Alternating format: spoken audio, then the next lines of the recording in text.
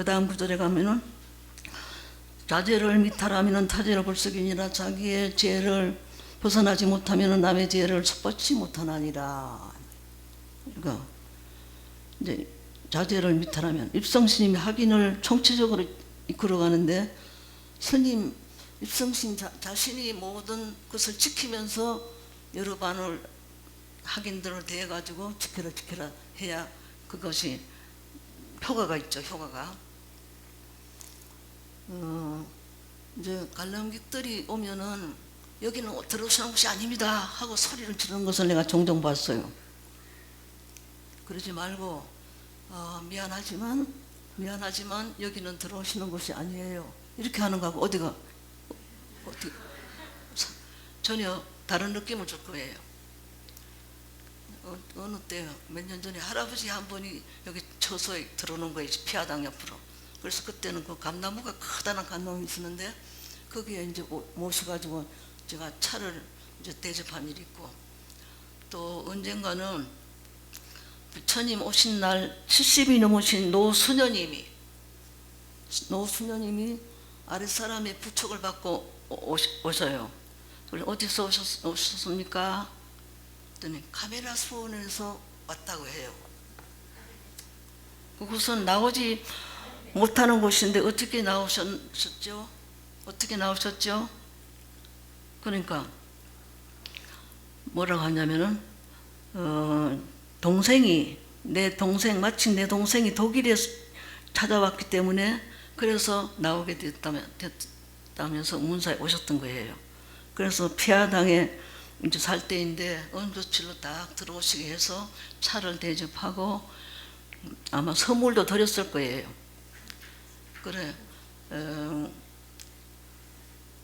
카멜라 수용원에 오랫동안 갇혀 있다가 바람 쐬러 한번 쐬러 나오는 것인데 만약에 못 들어오게 하면 얼마나 기분이 나빴겠어요. 그러니까 여기 스님들은 관광객이 들어오는 곳이 아니더라도 미안합니다 하면서 말씀을 드리세요. 미국 사람들은 꼭 excuse me 그러죠. 야, 아이고 실례합니다. 그 말이 아주 몸에 배었어요. 그렇게 우리가 상냥하게 친절하게 사람을 대할 줄 알아야 그것이 인권 옹호가 되는 거예요. 인권 옹호. 불치신경에 보면은 욕교요 선자교, 다른 사람을 제도하고자 하면은 가르치고자 하면은 선자교, 내 자신을 가르치라 하는 말이 있습니다. 남을 가르치려고 하면 욕교요 그것도 쓸 알아야 돼요. 욕교요 가르칠 교자, 나머지 여자 다른 사람을 가르치고 싶거든. 선자교, 내 자신부터 교육을 시켜야 돼요. 이제 그러나 어찌 계행이 없고 다른이 공급을 받으리요 그랬어요. 다른이 공급을 받으리요. 이것도 이제 이 얘기를 하나 또 안 할 수가 없네요. 부처님께서 법을 가섭존자에게 전하고 또 가섭존자는 아란존자에게 쭉 내려오면서 인도에서 28조까지 달마대사까지 28조까지 전해오고 또 중국에 와서 또 해가스님으로부터 홍인 다음에 해능신까지 6분인데 달마스님은 2번 따졌기 때문에 그래서 34인데 삽삼이 되는 거예요. 알겠어요? 28에다가 6명부터 24가 되죠. 그런데 달마대사는 2번 따졌기 때문에 중국에 왔을 적에 또 한 번 따졌기 때문에 이를 빼야 돼요.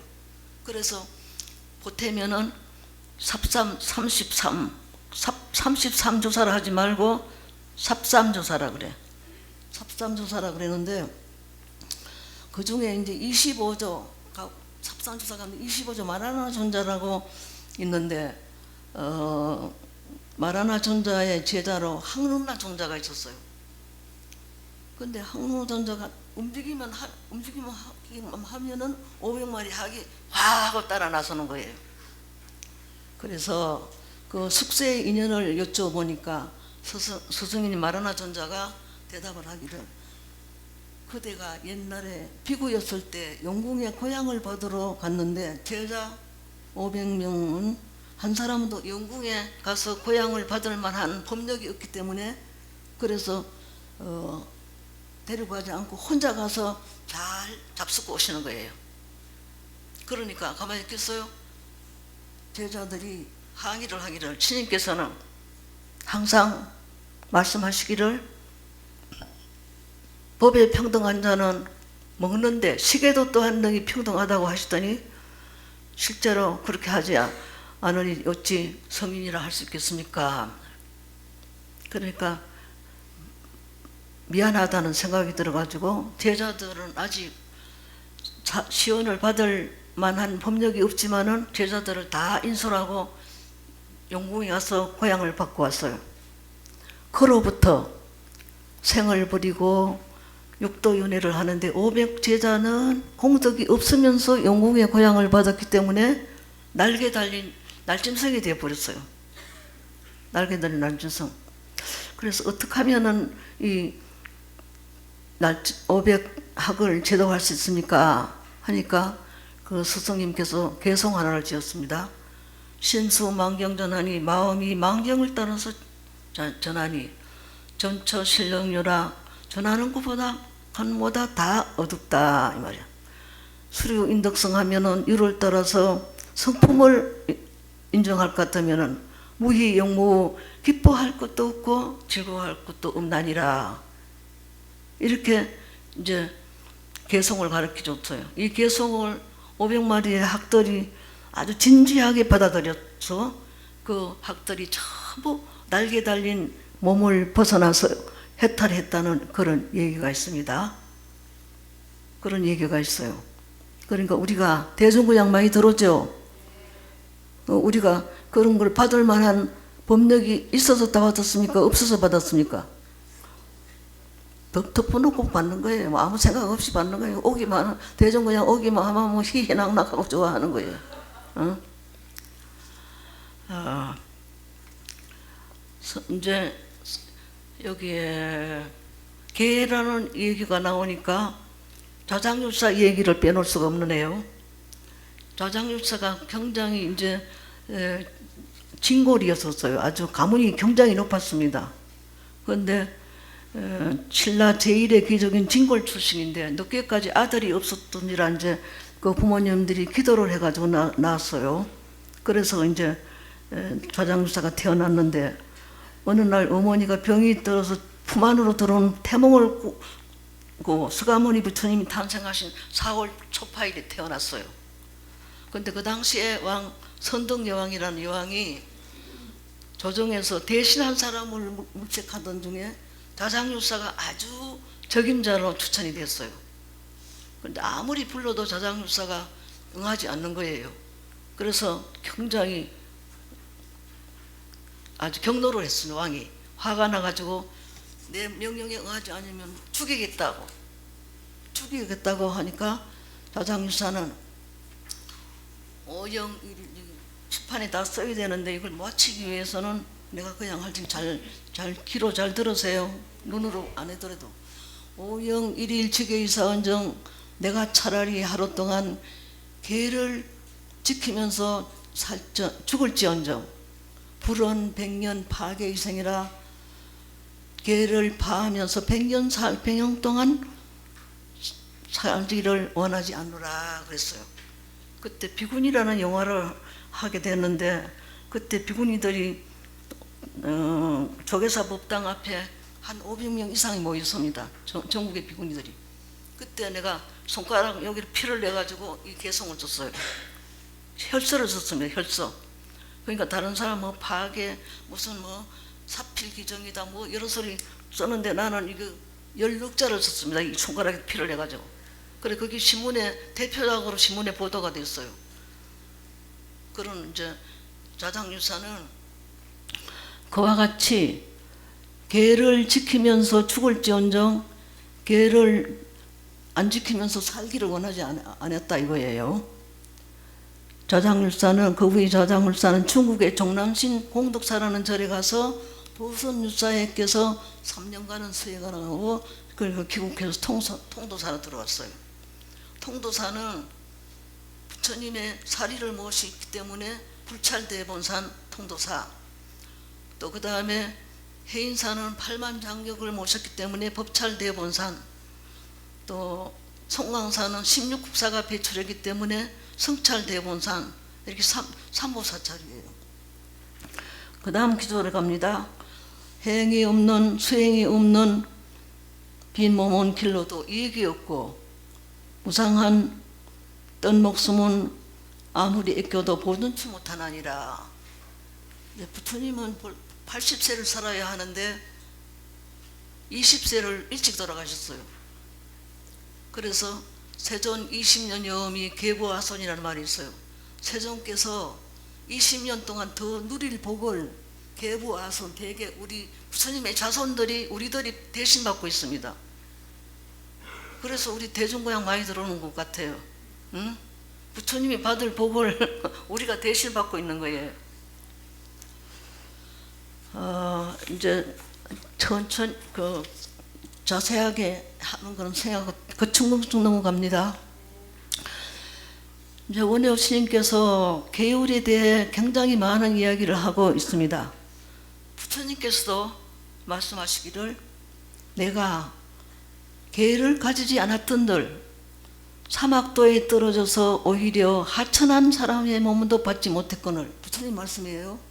다시 한번 말씀드리자면은 내가 계율을 가지지 않았다면은 사막도에 떨어져서 오히려 하천한 몸도 받지 못했거늘 하물며 능히 중생을 제도하며 불국토를 이루기 위해서 일체 정지를 갖추었을까 보냐 라고 말씀하셨어요.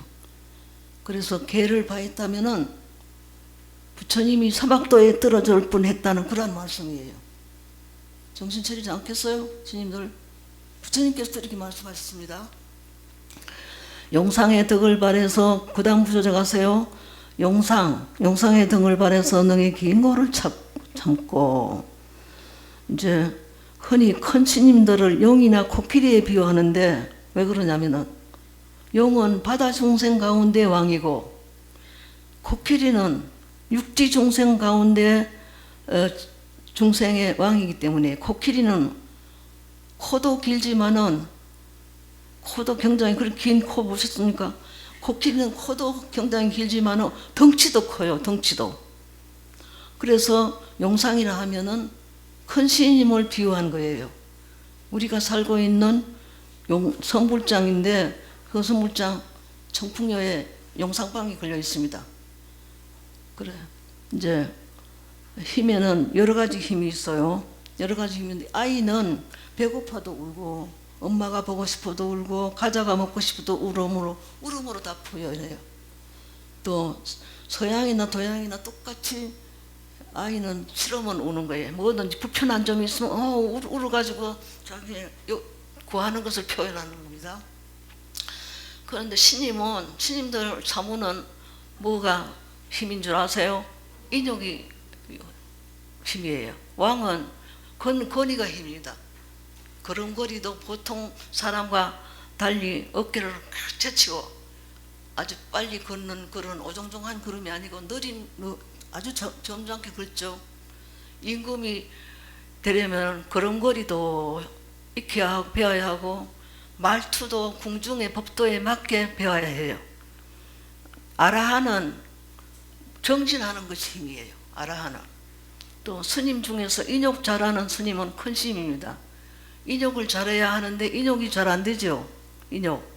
양무 인행이면은 만약 인행이 없으면은 만행 불성이니라 만행을 이루지 못한다 그랬습니다. 수본 진심이 제일 정진. 본 진심을 지키는 것이 제일 정진이라고 그랬어요. 그래서 영기 자원경면서는 진심을 잃지 말라 그랬습니다. 지위의 어른분이라서 사자에 비유했습니다. 사자는 짐승 가운데 그 다음에 뭐라고 그랬어요? 능히 긴 고를 참고 우리 스님들의 힘은 인옥이라고 그랬죠. 사자자를 기억해서 길이 능이 긴 거를 참고 사자자를 기약해서 사자자 부처님의 그 자리를 찾아다라고 해요. 사자는 짐승 가운데 어둠으로 영 믿고 사나운 짐승이죠. 그래서 짐승의 왕이에요. 사자는 죽었을 때에도 다른 동물이 감히 먹으려고 다가오지 못해요. 사자 신중충이 사자 몸에서 벌레가 생겨가지고 그 벌레가 자신의 몸을 먹는 거예요. 몸에 벌레가 생겨서 자신의 몸을 뜯어 먹습니다. 그래서 사자자를 기약해서 길이 용락을 등질진이라 그랬어요. 행자 심중하면은 행자가 마음이 깨끗하면은 모든 천인들이 같이 칭찬하고 수도하는 사람이 이성을 그리워하면은 선신이 버리고 여인하니라. 사대 홀산이라. 사대가 문득 흩어짐이라. 오래의 몸을 보존하지 못하나니 오늘이라 하면은 잠옷 저녁이라. 오늘 하면 벌써 낮이가 됐죠. 정십제가 다 돼가네요. 에? 오늘이라 하면은 벌써 아침이고, 그러니까 오늘이라 하면 벌써 저녁이니 저녁이라 그러죠. 잠옷 아침에 행할진저. 조문도 하면은 서사가라는 말이 있어요.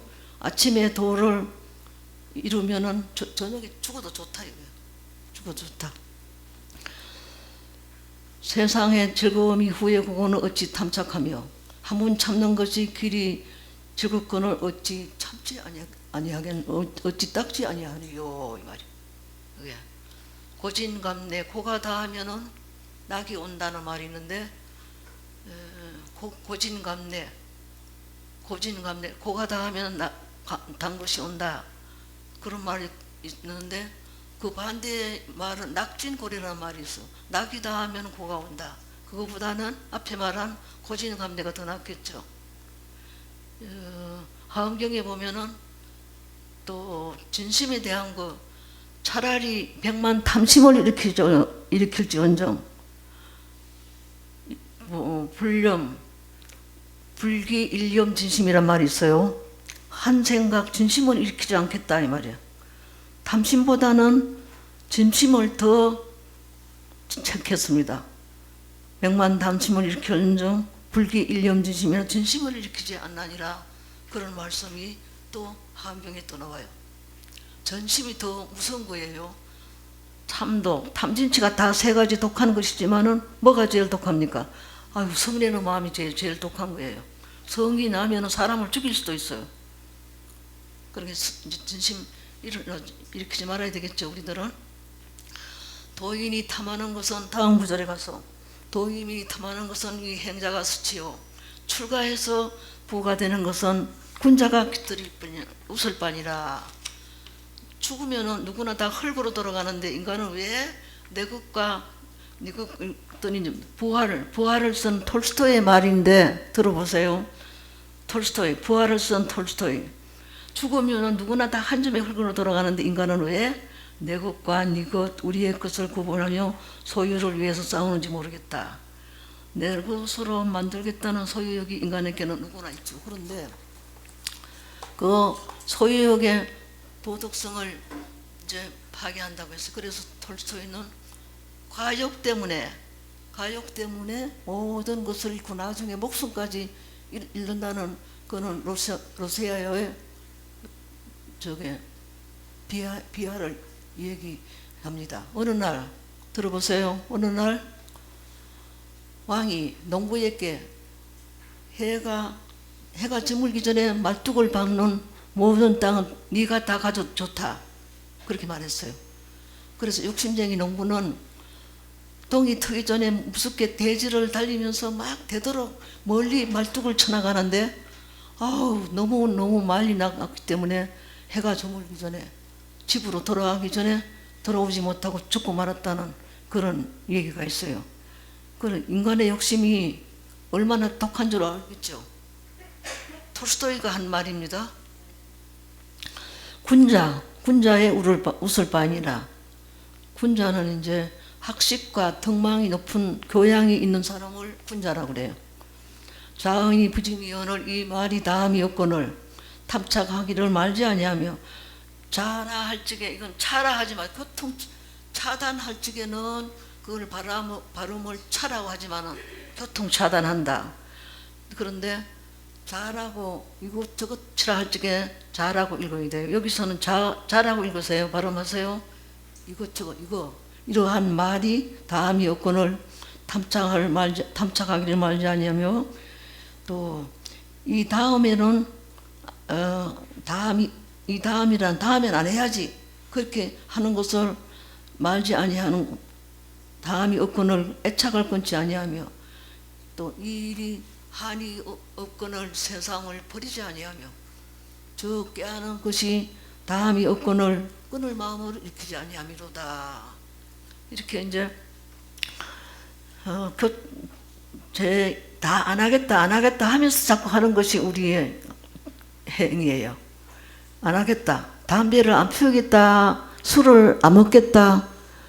이렇게 하면서도 맹세를 하죠. 담배를 보거나 술을 보면 못 견디는 게요. 아우, 나도 금년에 이번 일을 마무리하면서 내년에는 하지 말아야지 그래요. 작년에도 금년에는 꽃을 심지 말아야지. 또 맹세해놓고 또 봄이 오면은 또 꽃 사러 나가는 거예요. 또 요번엔 또 내년에는 내가 교무심한테 다 맡기고 난 안 해야지 또 맹세했어요. 그 내년이 되어 봅시다. 또 어떻게 하는 거야. 전부 맹세해놓고 하고 하는 것이 우리 중생심의 행위예요. 그 다음에 오늘이 다음이 없거늘 먹을 악을 짓는 날이 많으며 내일이 다음이 없거늘 선을 짓는 날이 적나니라. 금년이 다음이 없거늘 함없이 보내하며 또 내연이 다함이 없거늘 보리에 나가지 아니하미로다.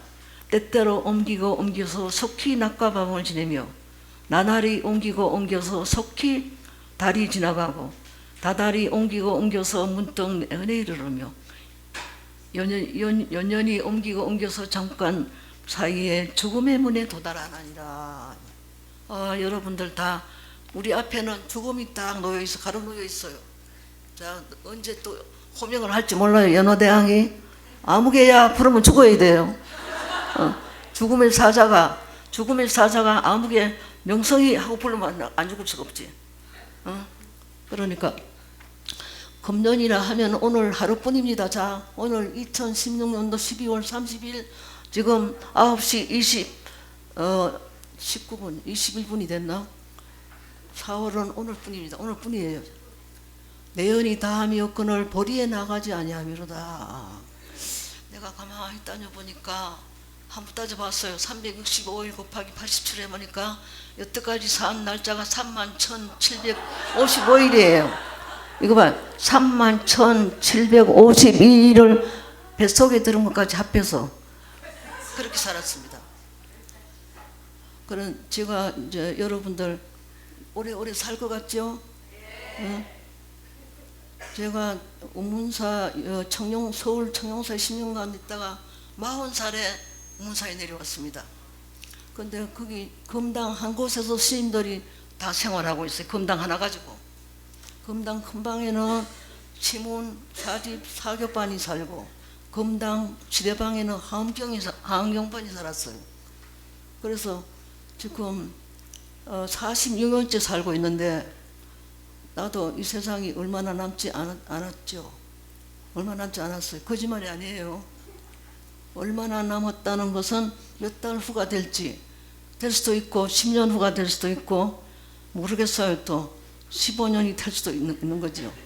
그래서 내가 급한 생각이 들어요. 내가 할 일은 많은데 시간이 너무 짧다는 걸 느껴요. 할 일은 많은 시간이 너무 짧아요. 부서진 수레는 파거불행이요. 보세요. 파거불행이요. 깨진 수레는 가지 못하고 노인은 닦지 못한다. 누워서 게으름만 부리고 앉아서 어지러운 생각을 일으켜나니라. 이래서 되겠습니까? 몇 생을 닦지 아니했거늘 헛되이 하루를 보내며, 헛되이 이 하루라는 이 하루가 굉장히 귀중한 시간이에요. 지금 이 시간도 엿생을 닦지 아니했건데 헛되이 하루를 보내며 몇 번이나 빈 몸을 살렸거늘 일생을 닦지 아니하는가. 과거 불행. 여러분들은 이제 청춘이지만은 이제 빨리 선방에 가야 되겠다 그런 생각을 하는 것보다는 이 자리가 선방이라 생각하세요. 지금 이 자리 우리가 살고 있는 이 운문사가 바로 선방이라 생각을 하면서 신불간주하면 강경무익이라 마음을 비추지 아니하면은 아무리 팔만장경경을 봐도 아무 이익이 없는 거예요. 그래서 이 순간에도 화두를 듣고 법문을 듣는지 모르겠습니다. 주인공아 한번 불러보세요. 내 말을 들어라. 자기 보고 자기 주인공아 들어봐라. 몇 사람 기인 덕도 공문이오늘 어떤 사람은 덕도 도를 얻었거늘 덕도 공문이오 도를 공문에서 얻었거늘 여하 장년 고치준 거 왜 그렇게 길이 윤회 가운데서 사는 거 그런 말이 있어요. 아마 자기 영문에 나올 거예요. 자기 자신 보고 한번 따지만 하는 거예요. 그래서 우리가 자신을 질책을 할 줄 알아야 합니다. 자기 자신을 잘못하면 자기 자신이 매를 때려야 돼요. 자기 자신을. 남만 때릴 것이 아니라. 그래서 양심 있는 성녀가 되라고 저는 부탁합니다. 공부 안 하면서 열심히 한다고 거짓말하면 안 돼요. 공부 안 하면서 도인이네 하고 뽐내는 사람이 있어서는 안 되죠. 우리는 주인공과 잘 하합하면서 내 주인공하고 하합이 됩니까 안 됩니까? 하합이 안 되는 수가 있어요. 하합이 안 되는 수, 자기 죽이는 거하고 하합하면서 주인공을 잘 조할 줄 알아야 돼요. 그래, 우리 마음에는 두 가지 말이 있습니다. 달리는 말. 한 마리는 천상으로 높게 올라가려 하고 또 한 마리는 저 지상으로 낮게 내려가려고 해요. 그래서 칸트의 대화편에 보면은 다시 되풀이하면은 한 말은 천상으로 높이 날아가라 하고 한 말은 지상으로 낮게 내려가려고 하는데 나는 이와 같은 두 말을 조화하기 위해서 심히 고뇌함을 면치 못한다. 그런 말이 칸트의 대화편에 나옵니다. 내 마음을 잘 다스린 자가 바로 우리의 수행자입니다. 수행자. 걸레로 방을 닦는다, 거울을 닦는다, 이런 거 닦는 것도 좋지만은 내 마음을 잘 컨트롤, 영어로 할 줄 알아야 돼요. 잘 조할 줄 알아야 돼요. 그래, 신필유종하리니 마지막 말이네. 마지막 한 줄입니다. 몸은 반드시 마침이 있나니 후세의 몸을 어찌하겠는가. 급하지 아니하며 급하지 아니할까 보냐. 이거 이제 여러분들이 여기 앉은 우리 학인신들이 60년이나 지나면 몇 사람이 남을까요? 한 100세 사는 사람 조금 남겠죠. 60년, 80년쯤 되면은 전체가 다 없어질 것, 이 세상에 사람이 아니에요. 그래서 나는 할 일은 많은데 내가 내 생에 준비를 해야 되는데 아직 준비가 덜 됐어요. 할 일은 많은데 시간이 짧다 이거예요. 25씩 내야 된다 이거예요. 그래서 다음 생 준비를 해야 한다. 이거를 제가 같이 박차를 가합니다. 말이 잘 달리지만 여러분들 내가 제 쪽으로 안 때리더라도 자기 자신이 달릴 줄 알아야 돼요. 그림자를 보고 달릴 줄 알아야 된다 이거예요. 최후에 남기신 말, 그렇게 해서 부처님께서도 최후에 남기신 말씀 잘 알죠? 자, 인생은 무상하니까 게으르지 말고 부지런히 정진하라. 그렇게 부처님이 여러분에게 부탁하는 거예요. 여러분들에게 얘기하는 거지 권성으로 하는 건 아니에요. 인생은 무상하니까 게으르지 말고 부지런히 정진하라. 이 순간은 다시 찾아오기 어렵습니다. 이 순간 하고 말할 때는 벌써 과거가 되어요. 과거가 되어 이미 흘러갔어요. 그러니까 우리는 시간을 낭비하지 말고 현재 그때그때를 아주 참지게 진실하게 살아야 해요. 반야신경에 진실 불어라 그랬습니다. 진실 불어. 진실하게 살고 헛되게 하지 말아라 이거예요. 제가 수십 년 전에 미국에 갔을 때 하버드 대학교에 방문한 일이 있어요. 마당에 하버드 동상이 있는데 이 누구의 동상이요? 하니까 하버드라는 사람이 이 하버드 대학을 세울 때 많은 그런 기정을 했기 때문에 그래서 기념으로 하버드 동상을 세워놨어요.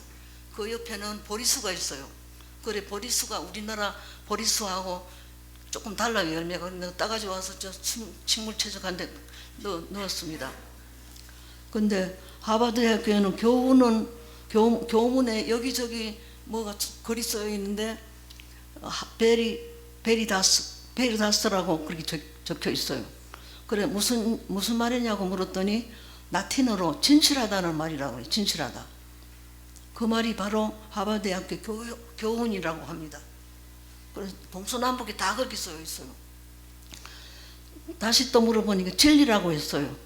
진리.